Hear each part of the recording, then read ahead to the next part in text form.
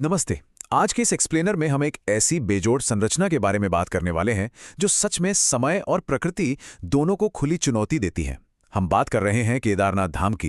देखिए, ये सिर्फ एक प्राचीन ढांचा भर नहीं है। ये आस्था, रहस्य और एक ऐसे अद्भुत विज्ञान का संगम है जिसने सदियों से हम इंसानों को हैरान करके रख दिया है। तो चलिए, बिना देर किए इसकी गहराई में उतरते हैं और उन रहस्यों को डिकोड करते हैं जिनका पूरी तरह से सटीक जवाब शायद आज की इस मॉडर्न दुनिया के पास भी नहीं है। अब सबसे पहला और सबसे बड़ा सवाल, जब चारों तरफ सब कुछ तबाह हो रहा हो तो एक मंदिर पूरी तरह सुरक्षित कैसे बच सकता है? 16 जून 2013 की वो खौफनाक रात याद है, जब भारी बारिश और चौराबाड़ी ग्लेशियर पिघलने से मंदाकिनी नदी में आई बाढ़ ने तबाही मचा दी थी। पानी, बड़े बड़े पत्थर और मलबा, जो कुछ भी रास्ते में आया वो सब पानी में बह गया। होटल, घर, दुकानें, सब कुछ खत्म। लेकिन इस महाविनाश के बीच भी ये मंदिर अपनी जगह पर बिल्कुल अडिग खड़ा रहा।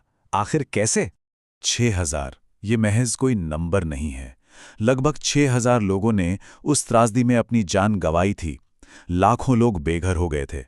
उफनता हुआ पानी और सैलाब का वो कहर सीधा भगवान शिव के इस पवित्र धाम की ओर बढ़ रहा था। वहां मौजूद लोगों की सांसें अटकी हुई थीं और बस ऐसा लग रहा था कि अगले ही पल सब कुछ हमेशा के लिए खत्म हो जाएगा।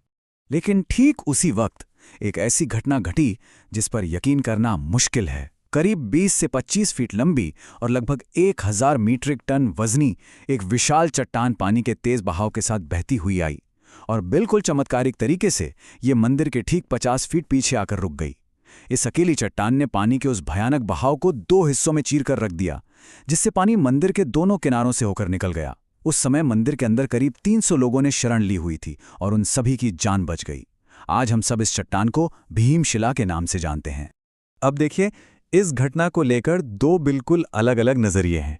एक तरफ उन श्रद्धालुओं की अटूट आस्था है जो इसे साक्षात भगवान शिव की कृपा मानते हैं, और दूसरी तरफ साइंटिस्ट का वो नजरिया है जो इसे एक बिल्कुल सटीक टाइमिंग वाला भूस्खलन यानी रॉक स्लाइड मानते हैं।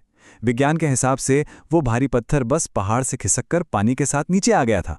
पर हैरान करने वाली बात यह है कि वो पत्थर ठीक मंदिर के पीछे ही क्यों रुका और कैसे उसने पानी को इतनी सटीकता से बांट दिया। ये एक ऐसा सवाल है जो आज भी विज्ञान और आस्था दोनों के लिए एक बहुत बड़ी पहेली बना हुआ है। प्राचीन इंटरलॉकिंग स्टोन टेक्नोलॉजी। तो भीमशिला के आना तो बस एक पहलू था, लेकिन उस भयंकर बाढ़ के झटके को सहने की ताकत इस ढांचे में आई कहां से? इसका जवाब छुपा है इसकी बनावट में।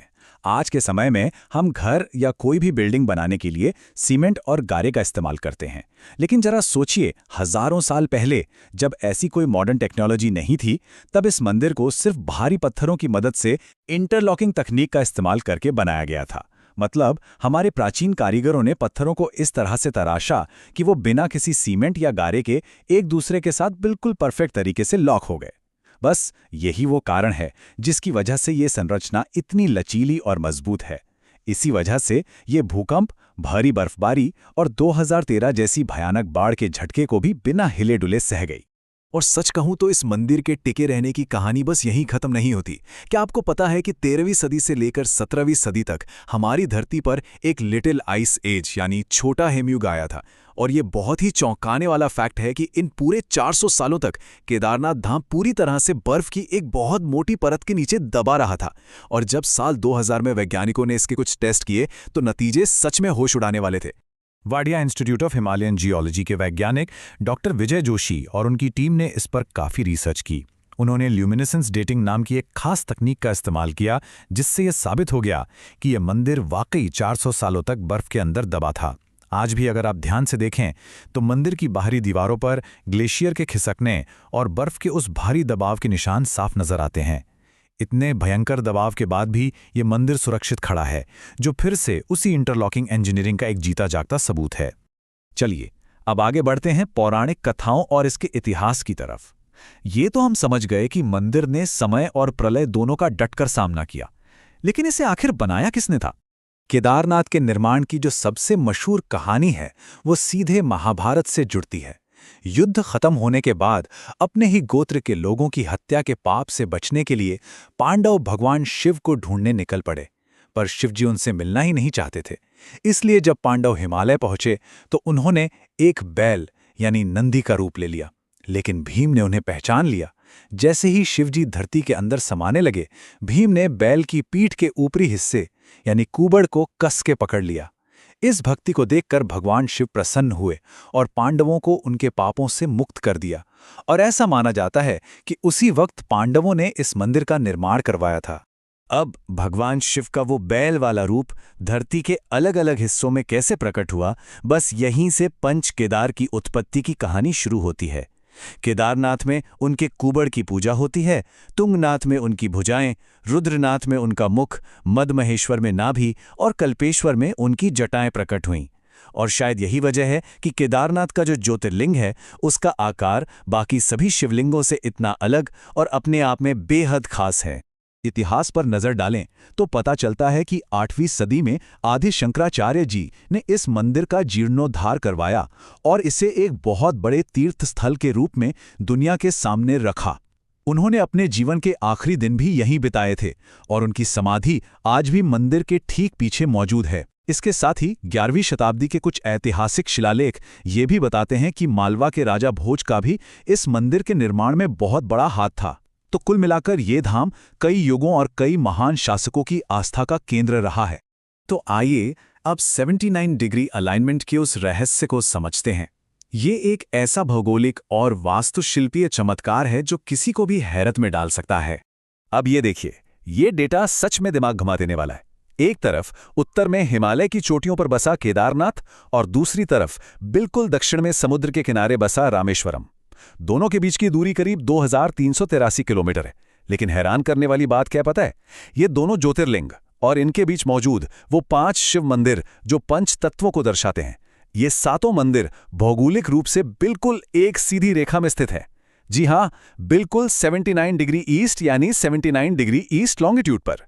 जरा सोचिए, हजारों साल पहले जब ना तो कोई जीपीएस था और ना ही आज जैसी कोई सैटेलाइट टेक्नोलॉजी, तब इतनी जबरदस्त सटीकता कैसे हासिल की गई होगी?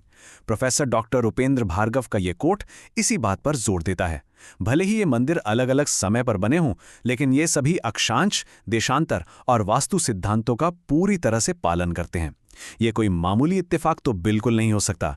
ये हमारे प्राचीन वास्तुकारों के उस गहरे ज्ञान का सबूत है जो आज के विज्ञान को भी सोचने पर मजबूर कर देता है।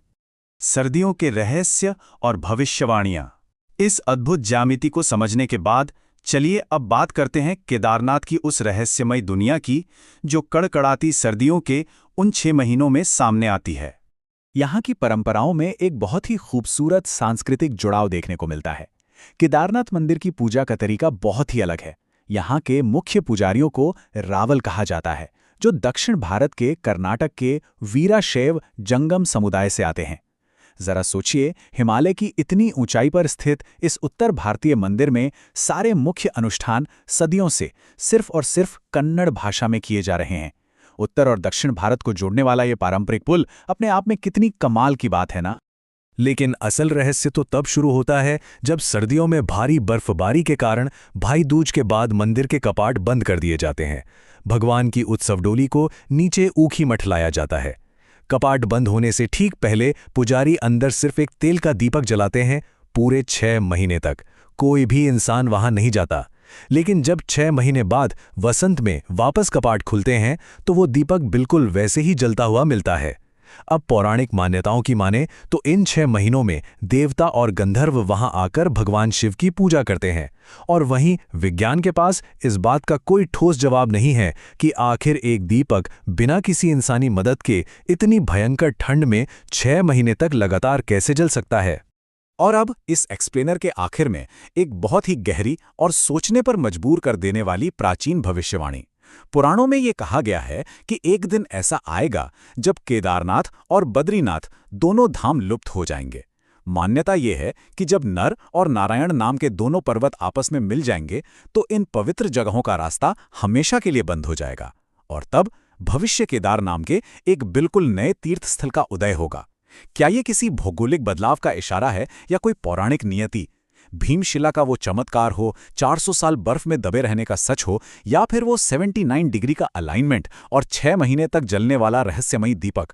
केदारनाथ हमें ये मानने पर मजबूर कर देता है कि इस ब्रह्मांड में आज भी बहुत कुछ ऐसा है जिससे पूरी तरह से समझना इंसान के बस की बात नहीं है। बस इसी विचार के साथ हम आज के इस एक्सप्लेनर को यहीं खत्म करते हैं।